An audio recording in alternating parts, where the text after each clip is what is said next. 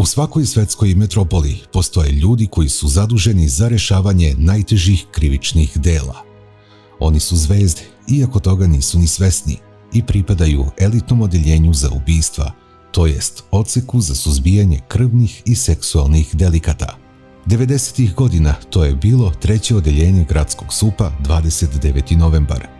U njemu je, kao inspektor, a kasnije i načelnik, radio i Žarko Popović Pop, koji je posle završenog pravnog fakulteta u Beogradu završio i fakultet bezbednosti i nakon toga se zaposlio u policiji.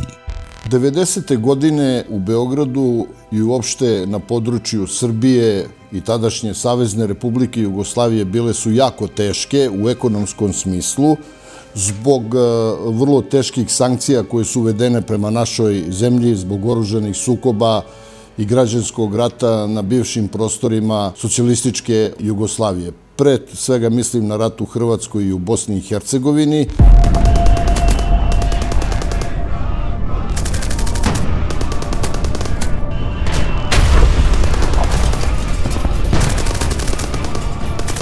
Tako da je većina naših građana živela jako teško, ostali su ljudi mnogi bez posla, a i oni koji su radili su za vrlo male materijalne nadoknade sa kojima nisu mogli da izdržavaju svoje porodice, da plaćaju redovne dažbine. Bila je velika nestašica hrane po prodavnicama i ljudi su se, tako da kažem, dovijali na razne načine da bi došli do novca, uključujući i kriminalne radnje.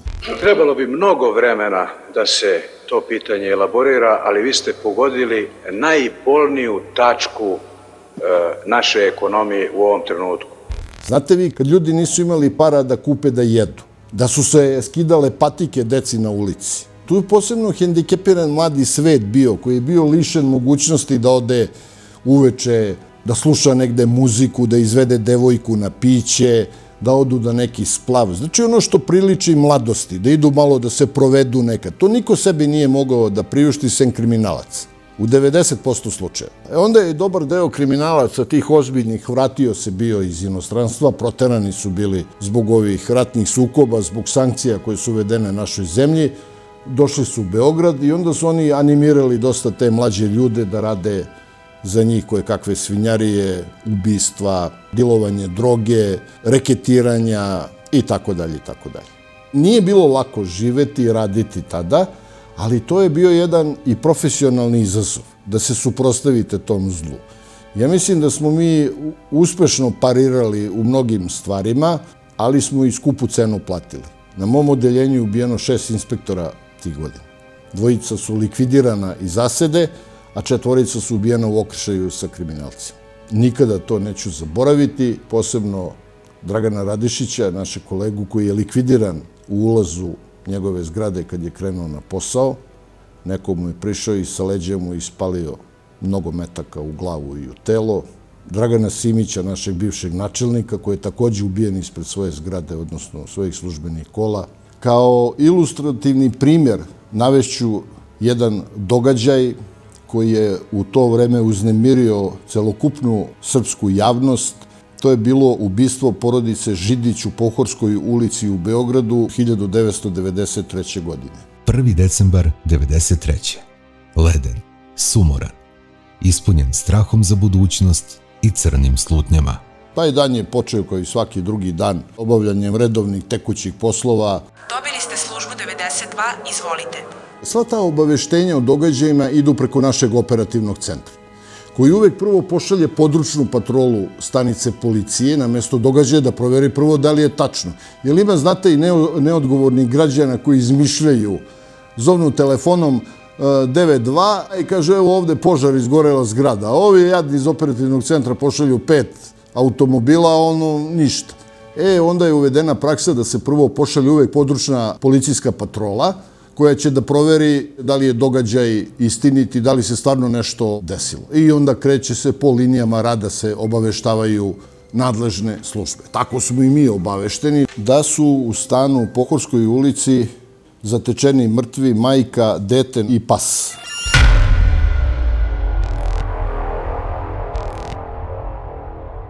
Mi smo došli tamo, naša jedna ekipa je došla operativaca sa krvnih delikata, došla je uviđajna operativna ekipa koja vrši uviđaj i kriminalističko-tehnička ekipa. Mi kao operativci koji radimo na rasvetljavanju tog krivičnog dela, u tom trenutku nismo ulazili u stan dok su bili uviđajni inspektori i tehnika dok je radila uviđaj da ne bi poremetili lice mesta.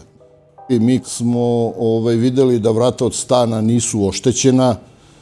Na licu mesta smo odmah došli do saznanja da je u pitanju vatreno oružje iz kalibra kratka devetka, kako mi to kažemo u žargonu, čaure 9 mm, ali ne duga parabelum, nego kratka takozvana devetka, koju je u to vreme u masovnoj upotrebi bila u oružanim snagama naše vojske kao službeno oružje oficira. Može nešto da znači, a i ne mora, ali znate, to su oni prvi zaključci koje donosite. U toku uviđaja ja sam pitao jednog kolegu o čemu se radi. On je rekao da je žena upucana 2 puta, da je usisavala kuću, pala je tu pored usisivača. Tu recimo oko 40 godina je žena imala. Vera Židić, rođena 1950. godine, bila je medicinska sestra i majka 2 dece. Dete je ubijeno s jednim metkom. Davor Židić, rođen 1980. godine, bio je učenik 8. razreda osnovne škole. I Cocker Spaniel, Ker. Stan je normalno, onako jedne građanske porodice iz Beograda. Ništa iz stana nije odneto. Nađeni su tragovi male neke premetačine u stanu, ništa posebno, jer to je mali stan. Normalno obavešten je Žarko Židić, njen suprug i otac od ovog pokojnog maloga. Žarko Židić, rođen 1953. godine, radio je na Vojno-medicinskoj akademiji kao zubni tehničar. On je došao čovek onako sav uspaničen, u šoku jednom, nije mogao da veruje šta se desilo. I znate, u tim trenucima je malo neprimereno mu postavljati neka odmah pitanja. Pustili smo malo situacija tu da se, što kažu, slegne.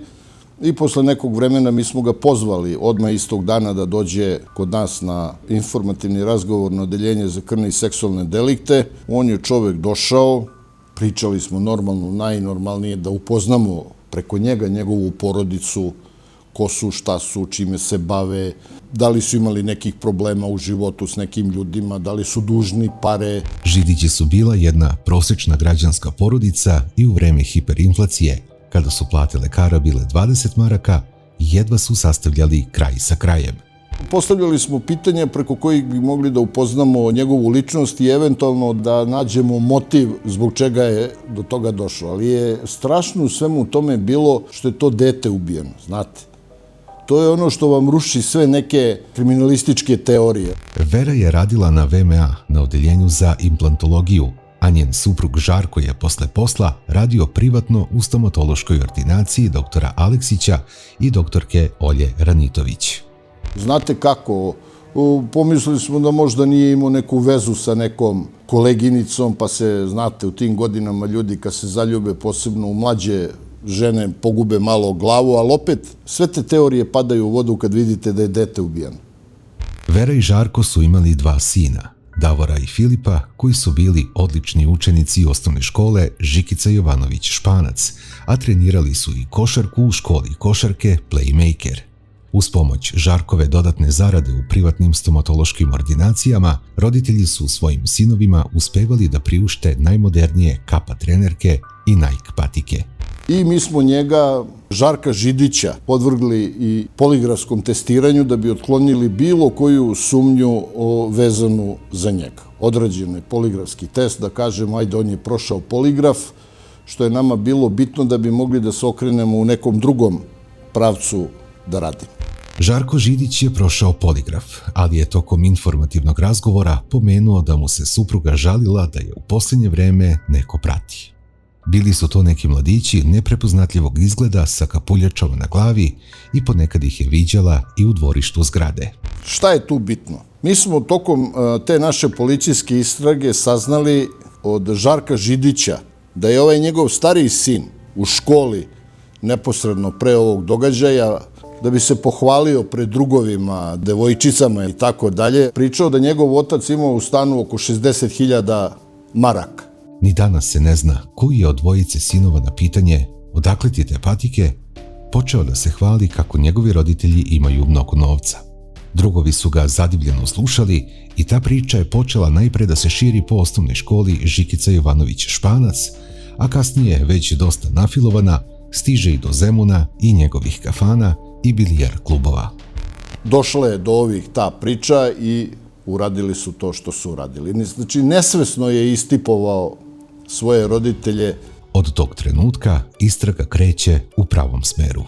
Mi smo se okrenuli u drugom pravcu da radimo, proveravajući sve kriminalce iz bliže i šire okoline Pohorske ulice, čiji je modus izvršenja krivičnih dela bio razbojništvo. Znači, to je krivično delo upotrebom sile ili ozbiljne pretnje u cilju oduzimanja tuđe pokretne stvari. U to vreme, posle terorizma i ratnog zločina, to je bilo najteže krivično delo u našem zakonodavstvu. Danas je sve to stavljeno u krivično delo teško ubistvo iz člana 114 krivičnog zakona. Tada u to vreme to je bio član 169 stav 2 krivičnog zakona. Znači razbojništvo sa smrtnom posledicom, gde se znači upotrebljava sila, konkretna sila ili ozbiljna pretnja da će se neposredno napasti na život ili telo čoveka iz čijeg se pritežaja oduzima tuđa pokretna stvar, ne nepokretna. Kad je nepokretna stvar u pitanju, onda se radi o ubistvu iz koristoljublja. Početkom decembra 1993. u kafiću u ulici Cara Dušana 110 pojavio se jedan mladić, čija je ruka bila obmotana zavojima. On je izjavio da ga je ujeo pas prilikom ubistva u Pohorskoj ulici, međutim, na to su se prisutni samo nasmejali, shvatajući to kao šalu. Mi smo napravili jedan tim operativaca koji se samo bavio tim predmetom i, boga mi, dugo su ljudi vrlo ozbiljno i temeljno radili. Privedeno je tada masa kriminalaca iz kraja bliže i šire okoline lica mesta, koji su poligrafski istestirani, čiji su stanovi pretrešeni i koji su u potpunosti kriminalistički obrađeni. Ja sam pre svega dosta radio na tome, pratio sam gde se u nekim drugim slučajevima pojavljuje ta kratka devetka, čaure kratke devetke i eventualno ako kod nekog kriminalca pronađu pištolji iz tog kalibra, uzimali smo i veštačili to oružje, ne bi li se slučajno poklopile čaure sa lica mesta u Pohorskoj ulici. Mi smo hteli u jednom momentu da sve registrovane pištolje iz tog kalibra, da izvadimo njihov spisak i da pozivamo ljude da dolaze i donose te pištolje da bi ih upucavali u gradskom SUP-u i onda upoređivali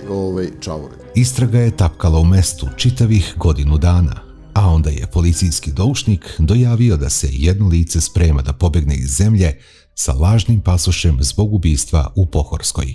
I jednog dana naš kolega jedan je imao operativni kontakt sa osobom iz kriminogene sredine i on mu je otprilike rekao da ga je kontaktirao neki momak mlađi, tražio od njega pare da bi napravio lažni pasoš, pošto je on pobio one ljude iz Pohorske ulice. To se inače desilo u bilijar klubu u Zemunu, taj kontakt između ovog osumnjičenog i ovog operativnog kontakta našeg kolege. On je pitao jednog čoveka koji je jedan od direktora Coca-Cola u Beogradu da li može da mu pozajmi pare da napravi pasoš zato što je ubio one ljude u Pohorskoj. Ovaj čovjek mu nije poverovao stvarno, zna ga kao klošara tu iz kraja.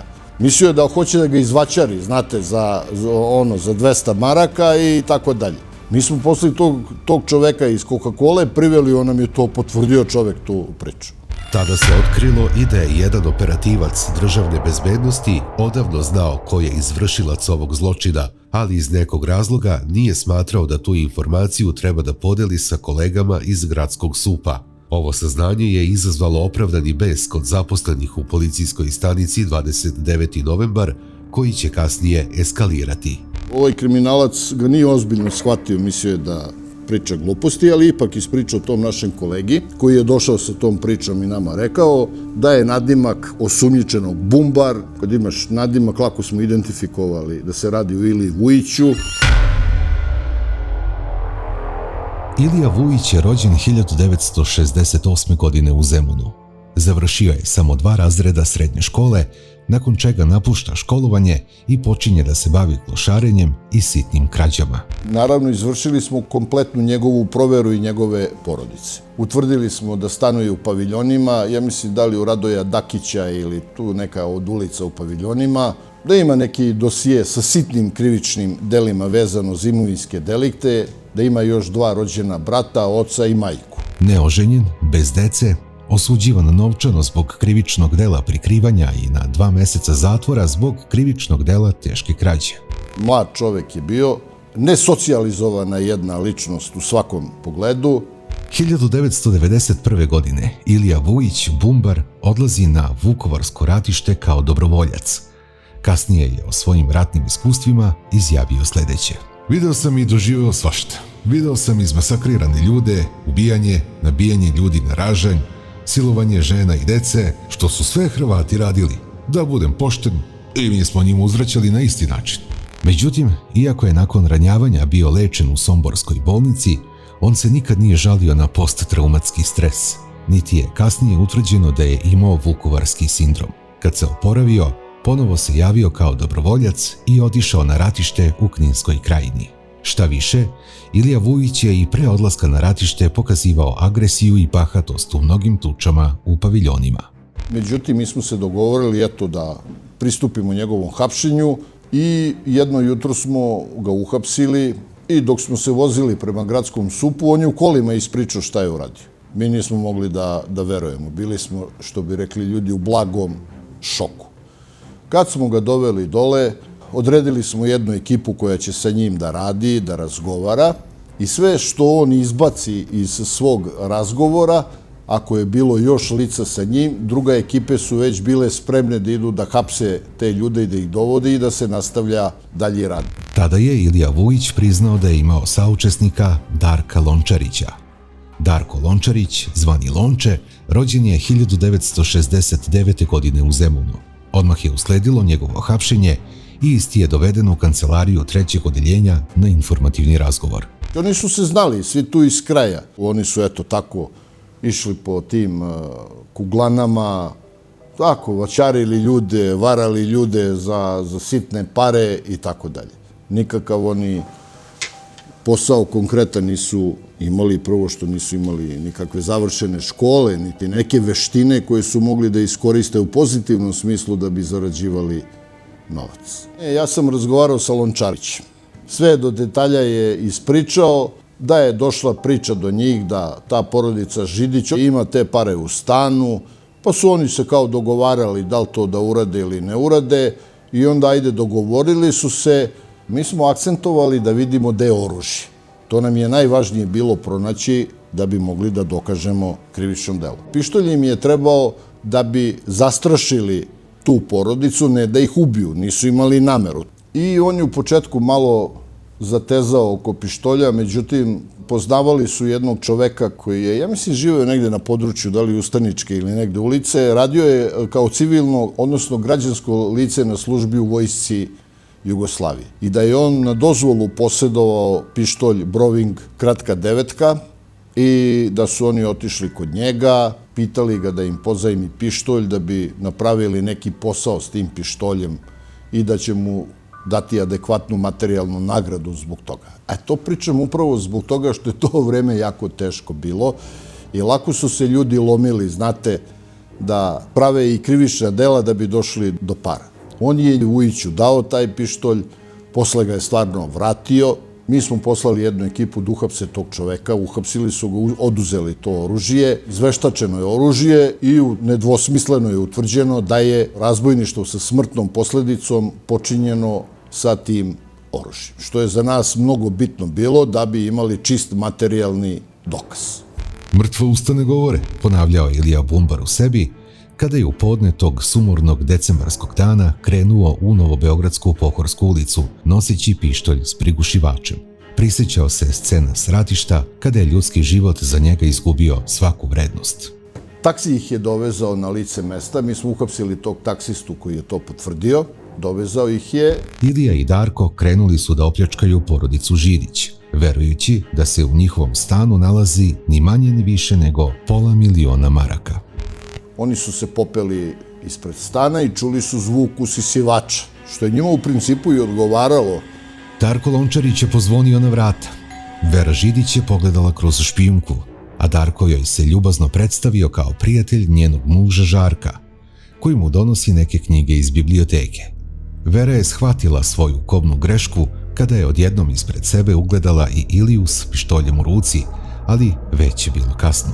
Vera je tada pomislila na sina Davora, koji je bio u kuhinji, i okrenula se ka njemu, ali je Ilija zaustavlja hicem u stomak.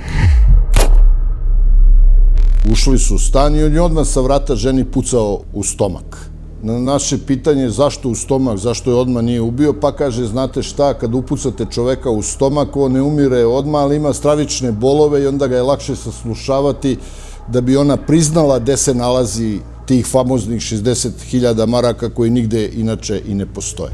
Dok usisivač i dalje radi, a pas laje na uljeze, Darko Lončarić brzo oblači Veru u dečiju sobu. Reci gde je novac, ali odgovora nije bilo. Ilija Vujić je preturao po stanu i susreo se sa dečakom. Preciznim hicem pogodio ga je pravo u srce. Reci gde je $500.000 maraka, ubiću ti dete, urlao je Darko, iako je mali Davor tada već bio mrtav. U tom momentu u sobu ulazi Ilija, koga progoni koker španijel. U pokušaju da odbrani svoje vlasnike, on je ugrizao Iliju Vujića za ruku.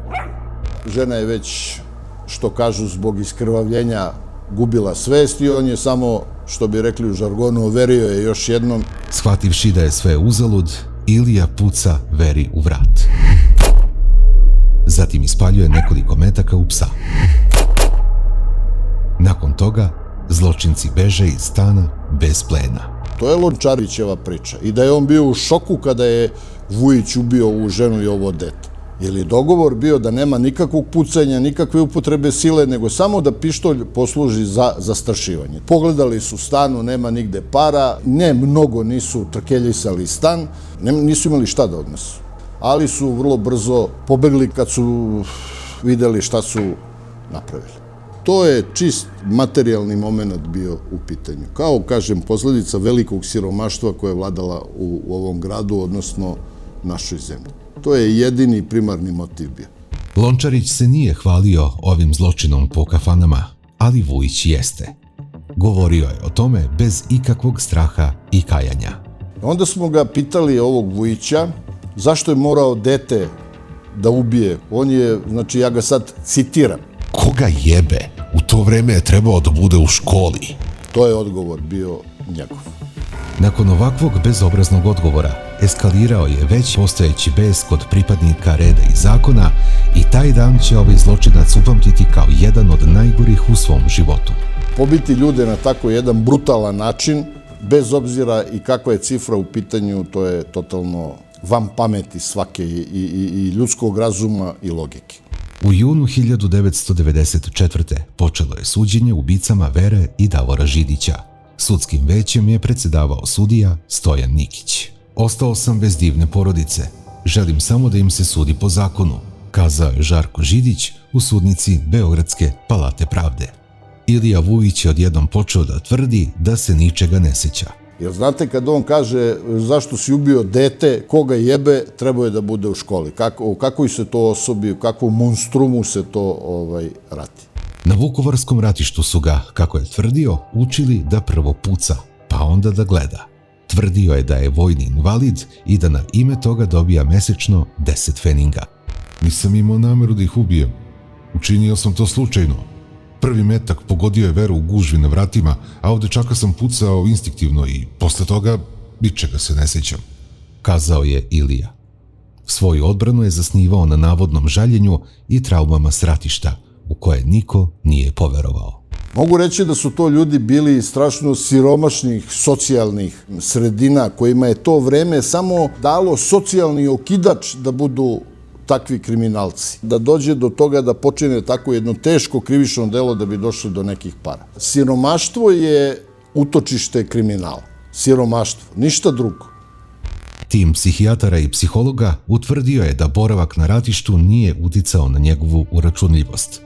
Neki od njih govorili su da su ranije razgovarali s velikim brojem povratnika s ratišta, ali da je malo ko pokazivao takvu hladnokrvnost.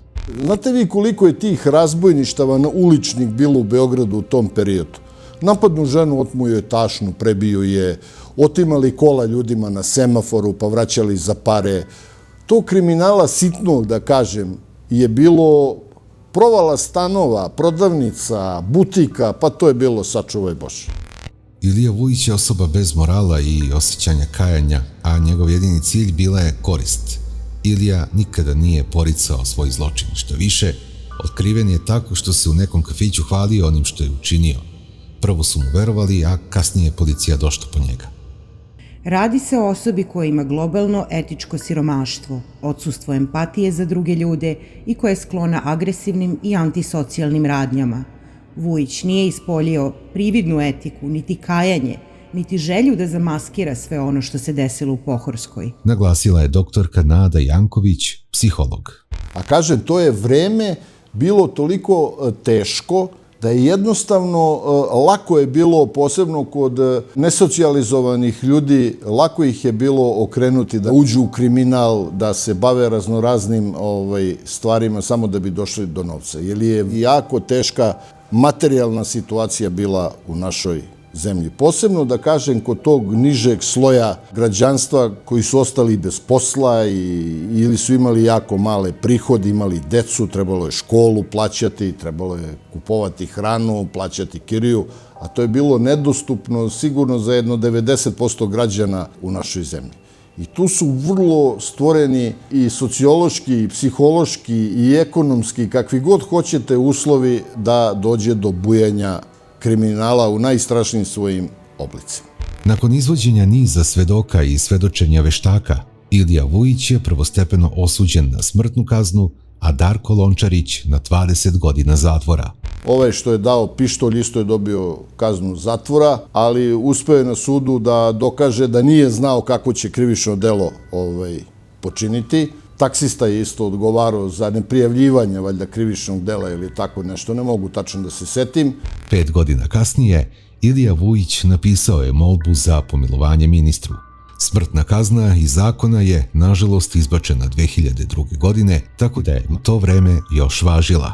Ilija je pisao da 5 godina u njegovoj samici gori sveća za kajanje. Navodio je da ga je otac maltretirao dok je bio dete i da je na ratištu prošao strahote. U zatvoru su ga tukli i stražari i zatvorenici. I sud i zatvorska uprava su bili protiv Vujićevog pomilovanja, ocenjujući da njegovo kajanje nije iskreno, već da žali jedino za tim što u stanu Židićevih nije našao novac.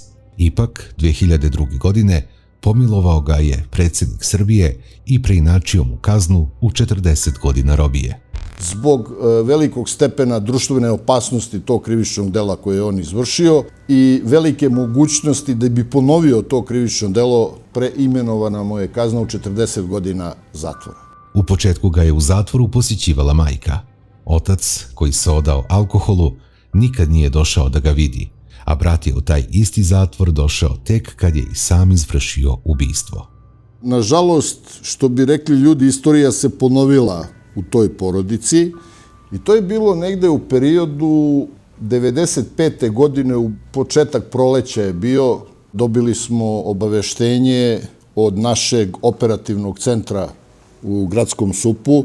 Imate ubistvo u ulici Peđe Milosavljevića 80 na Bežanijskoj kosi. Ubijena je ženska osoba. Sad u tom momentu mi ne znamo šta se dešava, znate.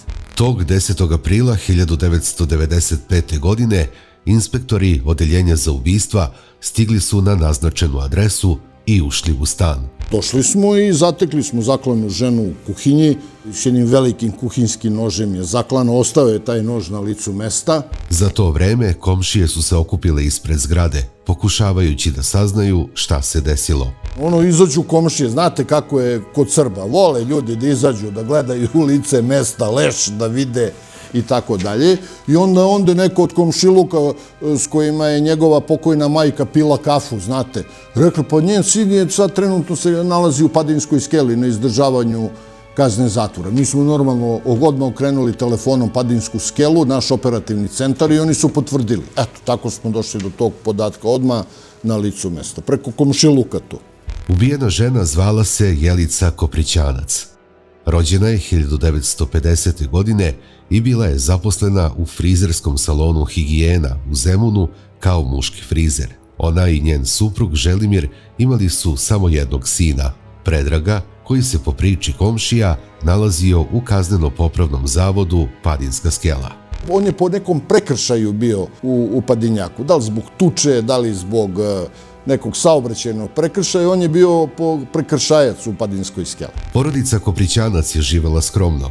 Nisu imali skup automobil, niti na bilo koji način ostavljali utisak da imaju novca. Komšije nisu primetile nikakve sumnjive osobe u svojoj zgradi. Dvosobni stan porodice Koprićanac nalazio se na poslednjem spratu. Prilikom ulaska u dnevnu sobu, jedini predmet koji nije bio na svom mestu je bio video rekorder.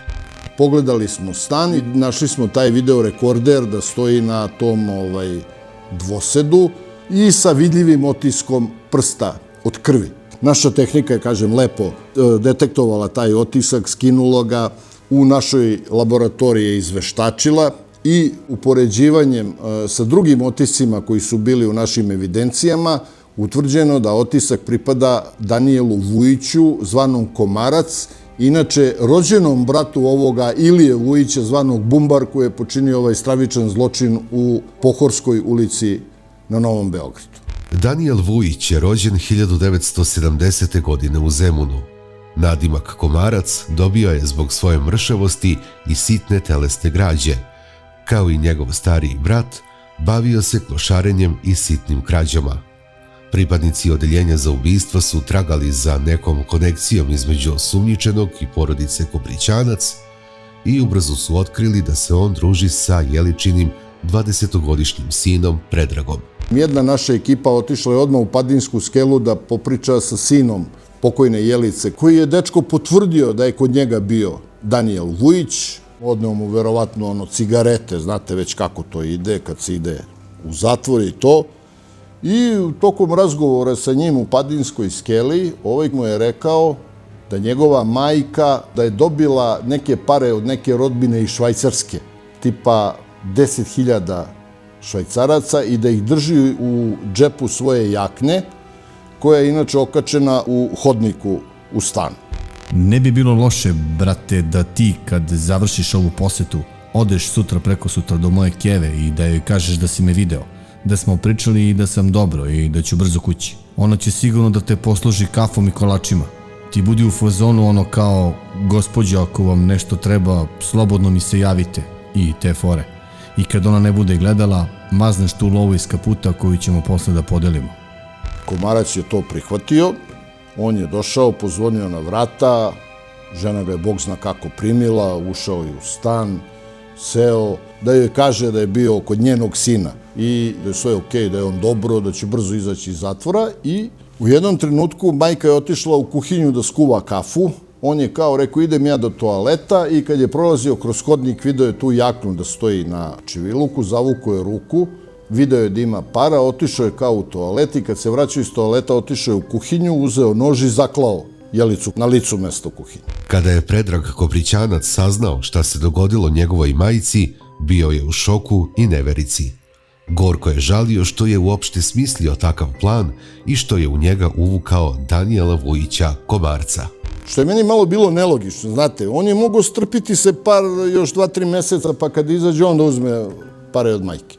Ali možda bi majka posumnjala na njega pa bi bili problemi. A ovako uvalio je ovoga malog Danijela Vujića i on bi sebe amnestirao u toj priči. Ali nije verovatno očekivao da će da mu ubije majku. Što je logično, znaš, ko bi poželao da mu majku neko zakolje u stanu, ako iole ima savesti u svojoj glavi.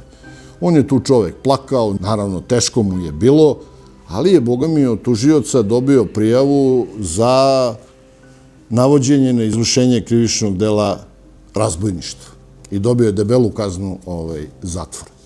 Međutim, od Danijela Vujića nije bilo ni traga ni glasa. Mi smo otišli na stan kod porodice Vujić, naravno ovaj se nije pojavljivo, ali nam je, ja mislim, njegov otac tada rekao da je naoružan, da ima pištolj sa sobom. Dobro, mi smo raspisali poternicu za njim i još odradili ta određena krim-tehnička veštačenja da bi mogli ga, što kažu, vezati za lice mesta i za izvršenje krivičnog dela. Obavešten je naravno i tužilac, odnosno istražni sudija, tada je bio institut istražnog sudija Okružnog suda u Beogradu, i on je rekao kada on bude uhapšen, tada ćemo ga u tom formalno-pravnom smislu procesuirati, da se napiše krivična prijava, da se uz krivičnu prijavu prilože svi materijalni dokazi. Sad, vrlo to interesantna stvar se dešava. Kad smo mi sve to završili i nema šta, idemo dalje, sad radimo, jedan naš kolega sa odeljenja se ženio. I svadba je bila u Trndafiloviću na Vračaru, ako se sećate tog restorana.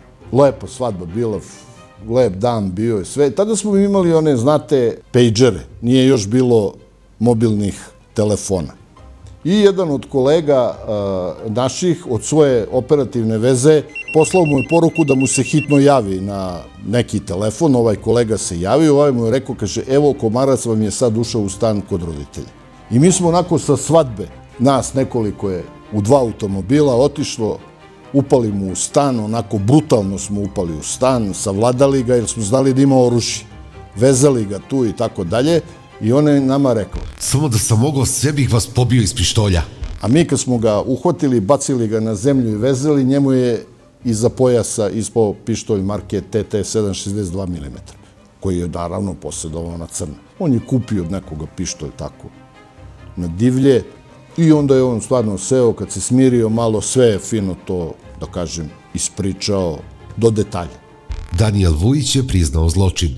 Naveo je takođe i da je najpre pokušao da obije stan, a da mu je Jelica Koprićanac u tom trenutku otvorila vrata. Iz koristoljublja je ubio majku svog najboljeg druga i iz stana odneo 3000 švajcarskih franaka. Obavestili smo istražnog sudiju, koji je tog dana bio dežurni, rekao je da napišemo isto krivično delo razbojništvo sa smrtnom posledicom i da sve dokaze koje smo izveli sa uviđaja i tehnika dokaze koje je izvela da priložimo uz krivičnu prijavu i da ga u roku od 72 sata privedemo istražnom sudiji Okružnog suda u Beogradu, koja se nalazi u Savskoj ulici u Palati Pravde. Što je i učinjeno, on je posle osuđen, on je Koproćinac, sin pokojne Jelice, i predmet je završen. Vrlo uspešno, da kažem. Danijel Vujić je osuđen na 20 godina zatvora. Međutim, pošto je amnestiran, našao se na slobodi 2013. godine. Samo mesec dana po izlasku iz zatvora izvršio je još jedno svirepo ubistvo na Paliluli. Darko Vujanović, rođen 1973. godine, bio je transvestit koji se bavio prostitucijom. Vujić je došao kod njega u stan i nakon seksualnog odnosa pokušao je da mu umjesto $100 podmetne novčanicu od $1. Darko Vujanović je odmah shvatio o čemu se radi i započeo je burnu raspravu sa Vujićem, koji je zgrabio nož i ubio svog ljubavnika sa 7 uboda. Po izlasku iz stana, uplašen da bi modrice, ogrebotine i krv mogle da razotkriju njegovu seksualnu vezu sa transvestitom, on se uputio u jednu zemunsku kafanu sa namerom da iscenira novi napad i da sebi pribavi alibi. U toj kafani je popio piće, a zatim pozvao vlasnika da plati račun, a kada je ovaj prišao, izvukao je nož iz jakne i zadao mu 3 uboda. Otišao je zatim u policiju i sam se prijavio za napad u kafani, navodeći pritom da je došlo do tuče. Međutim, kao i u slučaju na Bežanijskoj kosi, Vujić je za sobom ostavio tragove koji su ga povezali sa ubistvom transvestita i ubrzo je osuđen na 15 godina zatvora.